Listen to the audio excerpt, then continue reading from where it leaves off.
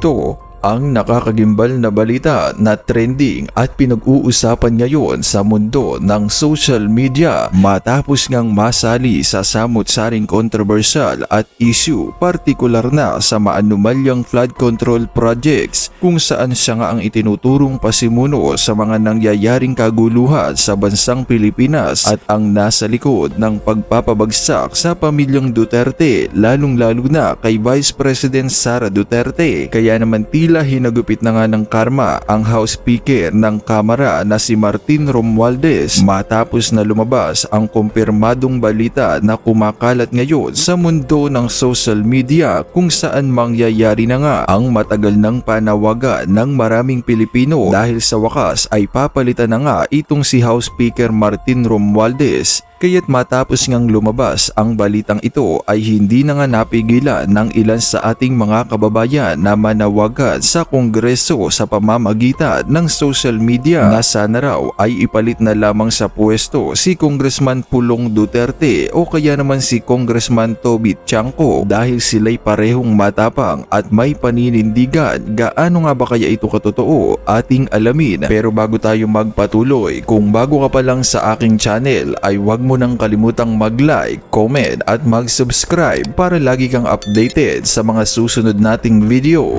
Ayon nga sa mga kumakalat at kumpirmadong balita mula sa iba't ibang source online, kumakalat ngayon ang mga ulat na maghahai ng kanyang leave of absence si House Speaker Martin Romualdez sa gitna ng anomalya sa flood control project. Nakatakda umanong makipagpulong si Romualdez kay Pangulong Ferdinand Bongbong Marcos Jr. bago ang kanyang pansamantalang paglisan bilang speaker. Mukhang na-pressure ang Congress na palitan si Martin Romualdez bilang House of Speaker. Natatakot ba sila sa posibleng mangyari sa mga kilos protesta at lalong-lalo na sa September 21? O natakot sila sa banta ng mga retired AFP and PNP officers na lulusubin nila ang House of Representatives kung hindi papalitan si Martin Romualdez? Matapos nga ang balitang ito ay hindi na nga nakapagpigil pa ang taong bayan na manawagan sa Kongreso sa pamamagitan ng social media na sana'y ipalit na lamang sa pwesto si Davao City Representative Pulong Duterte o kaya na may si Congressman Toby Tiangco nang nabotas. Ayon pa nga sa kanila, let the Filipino people choose kung sino ang karapat-dapat. Huwag yung kakampi lang din nila. For me, I choose Pulong Duterte. Kahit palitan niyang si Romualdez ay walang kwenta dahil lahat ng ipapalit ay kontrolado niya at si Romualdez pa rin ang magdidikta. Dapat tayin si Tambaloslos para sigurado na wala nang magdidikta sa mga kongresista. Resign is not enough. Dapat makulong siya at ibalik ang mga ninakaw nila pati si Saldi Corap. At narito, panoorin pa natin ang buong video. Magandang araw po sa inyo lahat. Ako po si Banat Bayat. Ito na nga, mainit na naman ang issue. Naku po, patay kang bata ka. Romualdez, tumakas na. Nako, yari ka. Gago. Ayun naman, makatakas naman kayo. Banat Bay, kung makasabi ka naman ng tumakas, akala mo naman talagang ano. Hindi, alam mo, ladies and gentlemen, yan ang sinasabi nung iba eh. Kasi ngayon, umuugong yung balita, baka nga sa pag-upload ko nito, sa umaga, alas 7 na umaga, everyday yun. Baka si Speaker Romualdez ay hindi na speaker. Pero gayon pa man, marami nagsasabi, bakit ganun? Tila iiwasan niya, tatakasan niya. Kayo naman, makatakas naman. Nung hiningi ninyo mag-resign, nag-resign. Nung nag-resign naman, hindi naman tumakas. Nagbakasyon lang sa ibang bansa. Oy, walang ganon. Gago! Hindi, wala. Hindi, alam mo, ladies and gentlemen, nakakairita kasi sa mga balibalita, yung on-live pa. Hindi na lang kasi sabihin na umalis na, nag-resign na, ganon. On-live pa. Pambihira naman. Aalis o hindi? Malay mo, nagsama na sila ni Saldi ko. Gago! Kumukuya-kuya ko sila sa Miami Beach. Sabi na, nagkakagulo sila doon. Walang ganon, Banat Bay. Hindi, alam mo, malay mo, nandyan lang sa Switzerland, ganon, nandun lang sa mga bansang pinupuntahan ng mga mayayaman. Relax lang kayo naman. Masama bang gastusin yung kinita? Hindi, kinita sa pagtatrabaho. Kayo naman, no? Gago! Hindi naman masama yun, Siyempre, pinaghirapan nila yun, Mantakin mo, paghirapan mo, sabihin mo na Aayusin mo ang bansa, magiging transparent. Ikaw, naging transparent, nawala bigla. Hindi ganon! Hoy! Gago! Hindi ngayon kasi, ladies and gentlemen, umuugong na nga. Ang gulo-gulo nga, sabi on leave, sabi wala na, nag-resign, ganito, ganito. Kasi ganun din yun eh. Kaya siguro sinabi mo ng on leave. Baka ngayon baka ito lang nasa isip ko. Baka sinabing on leave kasi nga, gabi na nang in-announce kagabi, di ba? So ibig sabihin, wala namang plenary, walang alam mo yun, walang gathering sa kamara para i-declare na vacant yung seat. Baka ngayon araw na ito, hindi natin alam, depende, baka mamaya-maya. Pero gayon pa man, ladies and gentlemen, na importante dito, sana panagutin. Kung may kasalanan, harapin at panagutin. Huwag yung tatakbo. Naku po. Hindi, di ba? Oh?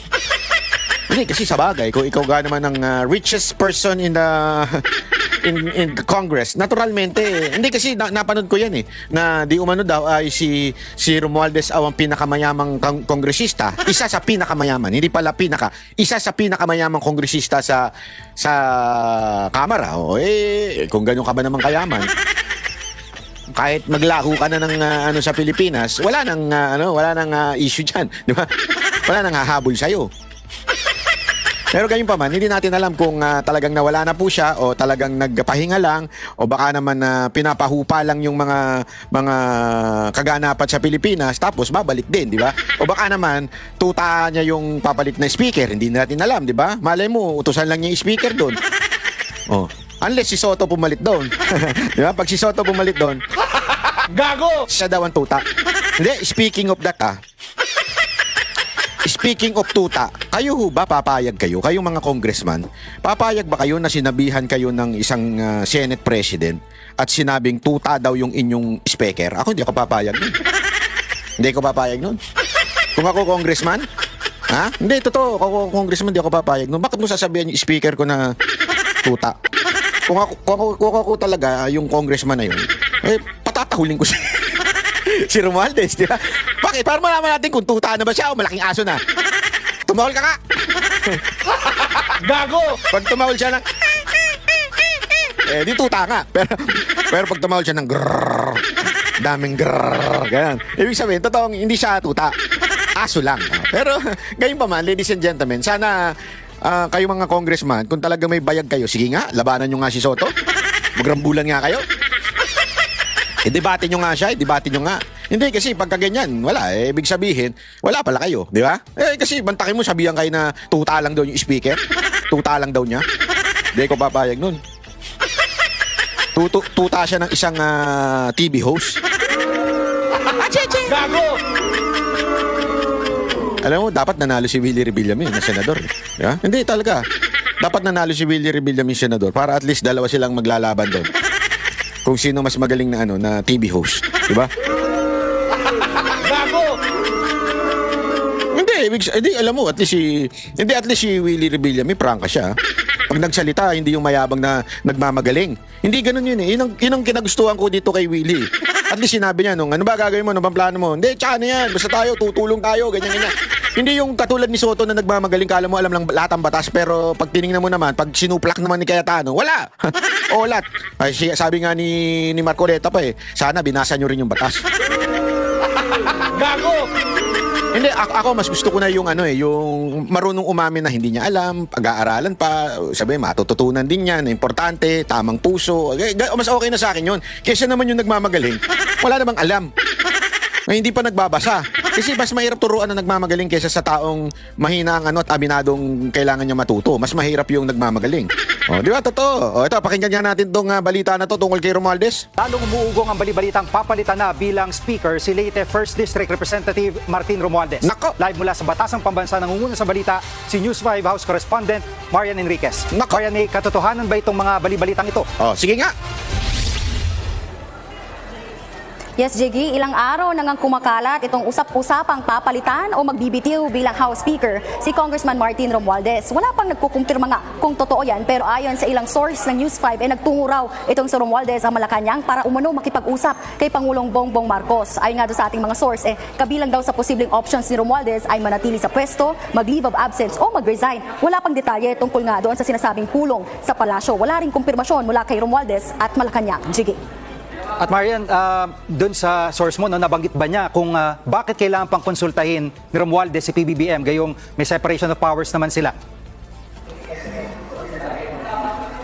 Jiggy, hindi nga malinaw kung ano ba talaga mismo yung pakay ni Romualdez sa pagpunta niya sa palasyo. Pero malinaw naman din na may separation of powers yung ehekutibo at legislatibo. May paliwanag naman si Navota City Representative Toby Chanco kung bakit kailangan konsultahin si Pangulong Marcos tungkol sa liderato ng Kamara. Pakinggan natin ito. Alam naman natin realidad ng speakership, di ba? Wala naman yung pinaka-importanting numero, wala naman dito sa loob ng House of Representatives. Let's accept that fact. The most important vote is not inside the House of Representatives. Yan. Di ba? Hindi kasi yan ang itong mga media na to nagmamangmangan pa, napaka-obvious naman eh. Totoo naman, napaka-obvious naman, ladies and gentlemen, na itong speaker, even the Senate President, kontrolado yan ng presidente. Pag sinabi ng presidenteng tabi na, ako na, ganun, ibig sabihin, papalitan ka na. Alam naman natin yan, di ba? Sinasabi pa nga, tinatanong pa nga dati kay Tiangco, sabi sa kanya, wala pa bang tawag? Wala pa bang tawag dyan? Inaalam kung talagang, kasi dati gusto na daw palitan yan, kaya lang, nag-aantay ng tawag mula sa presidente. Walang tawag. Ibig sabihin, wala pong queue to replace the speaker. So, that's really, given na po yan. Na the important thing is not really yung boto ng mga congressman, hindi. Hindi, it's out of respect.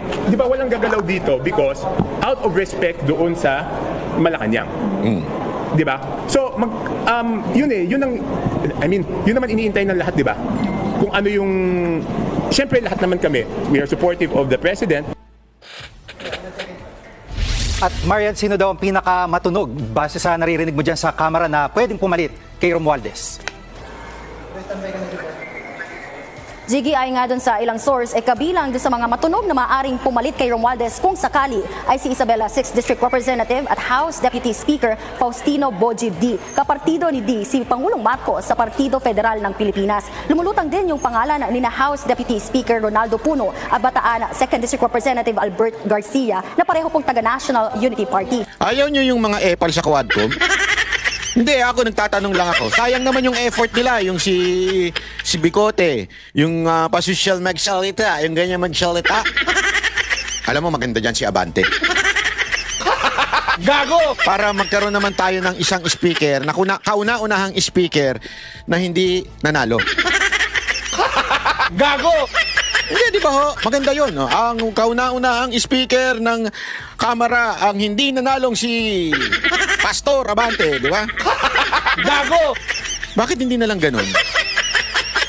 Hindi, ito is suggestion lang naman po. Kasi para naman na magkaroon ng pagbabago sa Kamara, di ba? Oh.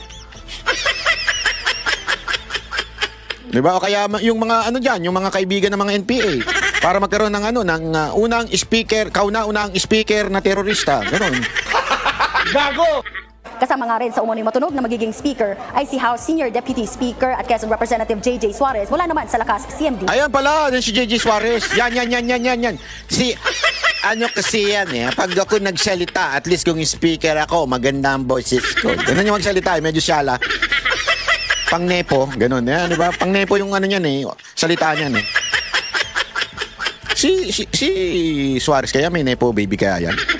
Hindi, ako nagtatanong lang, wala ko alam. Hindi ako nang chichismis dito Wala akong alam kung tinatanong ko lang kung meron siyang nepo baby. Kasi yung tipo niya yung mga congressman na parang may mga nepo baby. Ano kaya sa tingin niyo? Nagtatanong lang po ako wala akong sinasabi, hindi ko siya inaakusahan. Nakapartido ni Romualdez. Jiggy. At meron ka bang napapansin na kakaiba sa sesyon ng Kamara kanina? Jiggy, napansin natin kanina nga na nag-resume tapos biglang nag-suspend yung sesyon kanina. Pagbalik, mabilis din itong natapos. Hindi nga umabot doon sa 20 minutes yung sesyon at bukas raw sila babalik 3:00 ng hapon. Yun, kaya pala nagkabigla-biglaan. Biglang isinara. Ay, alam na natin yan. Hula ko kasi tulad ngayon, dinidiscuss ko ito ngayong madaling araw. Tapos bukas mamayang umaga yan, sigurado yung palitan na yan. Pero ako, wag tayo maging kampante kasi baka mamaya lang ito, chika-chika minute lang. Baka mamaya para sabihin lang na makapagpalit, maligtas ang kasi nangyari ganyan, 'di ba? Kay Zaldico. Akala nila tumigil kay Zaldico hanggang inabot si speaker. Ngayon, ladies and gentlemen, I don't think walang alam si Marcos dito. Sabi ko sa inyo, sila yung huling ano di ba, yung tinuturo ko nga ay yung kilagi ko nga kinikwento dito, yung pag gumegera yung mga unang panahon, di ba, yung pinaka-general lang niya. To protect yung nasa gitnang hari. Sa tingin ko talaga si Marcos ang meron ditong merong kinalaman dito na dapat talagang managot din sa taong bayan. Malay nyo. Ako sa akin dapat is kasi nabibuisit nga ako dun sa dun sa yung sa rally na sinasabing dapat walang BBM resign. Abay, tarantado pala kayo Hindi, may mga may mga ganun na nagsasabing wag daw BBM resign sa rally sa 21. Sira ulo ba kayo? Hindi, akala ko ba anti-corruption kayo tapos walang BBM resign? Ito rin yung mga same people before na nanawagan na wag umupo si Marcos dahil sa kesyo magnanakaw daw ang pamilyang Marcos, kesyo meron daw ill-gotten wealth. Tapos ngayon sasabihin nyo wag magdala ng placard na anti-Marcos. Ano nangyari sa inyo?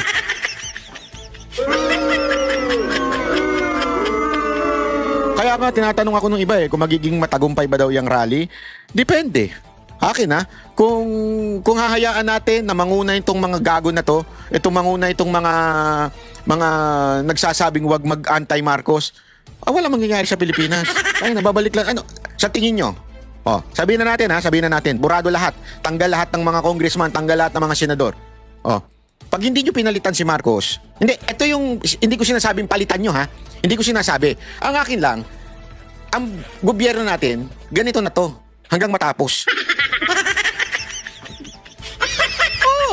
Kung gusto nyo talaga ng pagbabago, top to bottom. Hindi pwedeng pili lang yung papalitan.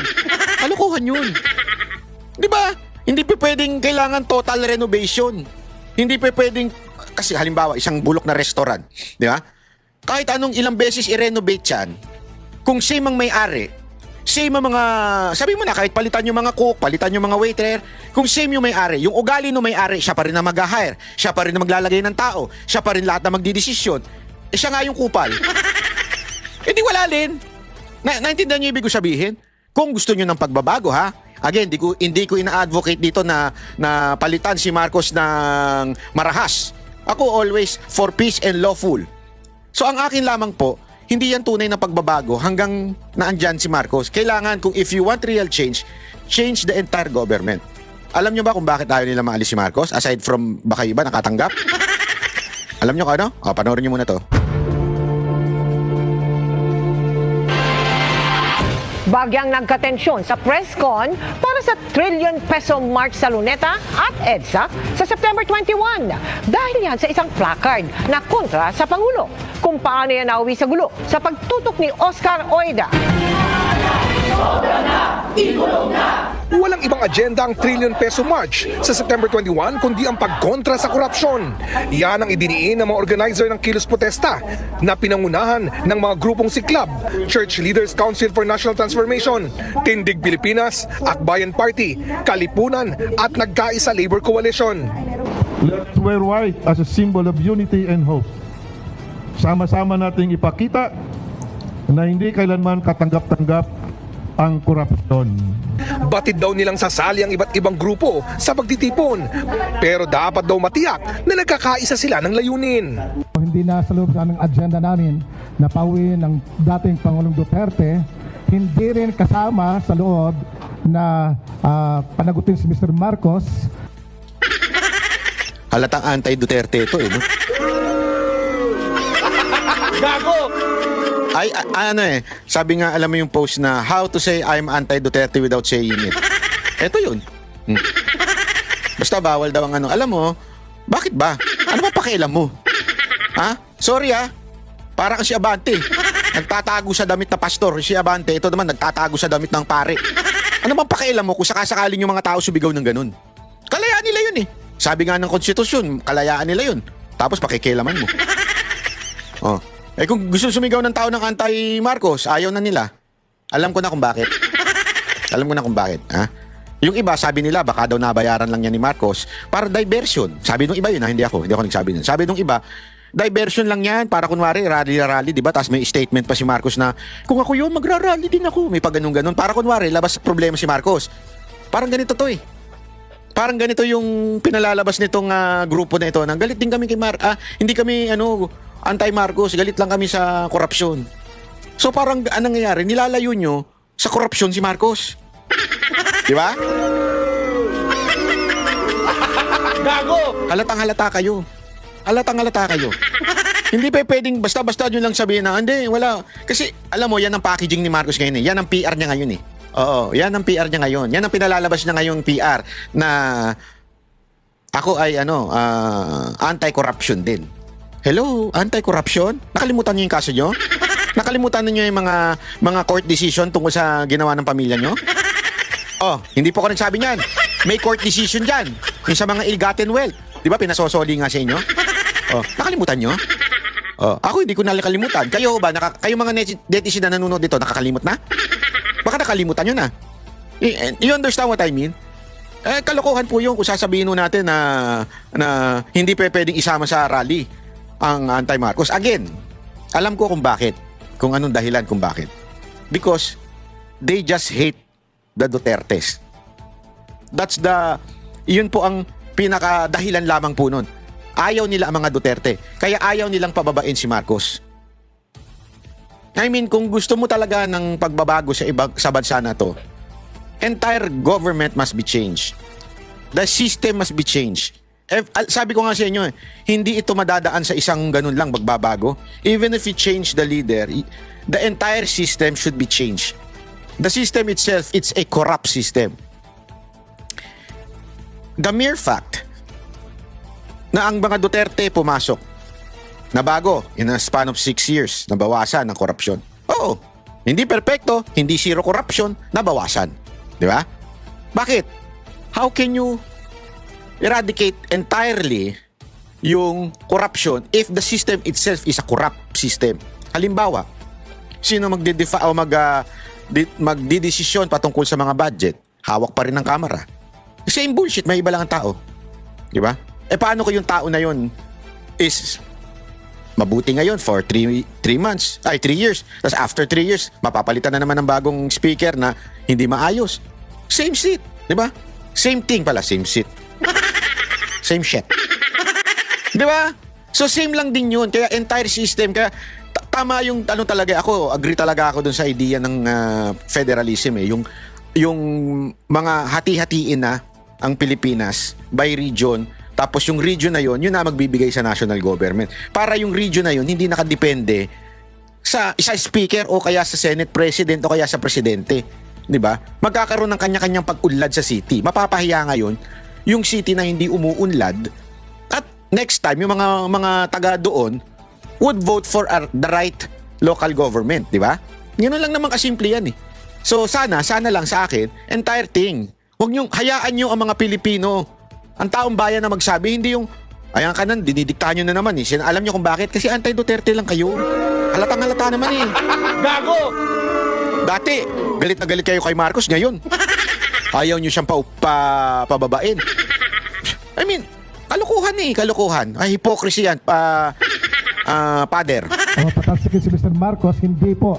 At saka hindi din po ito inoorganisa para pabagsakin ng current administration. Absolutely no. Pero kalagitnaan ng presscon kanina, bahagyang nakatensyon nang ang mga kabataang may mga placards sa kontra BBM kinumpronta ng isang ginang. Kaya ganun ang reaction ko na may dinadala silang placard na pinagre-resign si BBM. Hindi tayo ganun. Hindi ganun yung presscon na to. Gusto nilang i-ano dun sa issue ng organisasyon na yon kung sino man yun sila. Ang mga tinaas pong panawagan ng mga kabataan sa likod ay panawagan, legitimo ng mga kabataan. Yun po ay pagpapanagot sa mga korap, sa mga tiwaling politiko, no? Starting from the top hanggang sa pinakababa ng mga sangkot at kurakot ay dapat managot. Sa kabila nito, maayos namang ipagpatuloy ang presscon. Sa linggo, magsasagawa ng kilos protesta sa Luneta alas 9 ng umaga at susundan ang pagtitipon sa EDSA People Power Monument ng alas 2 ng hapon.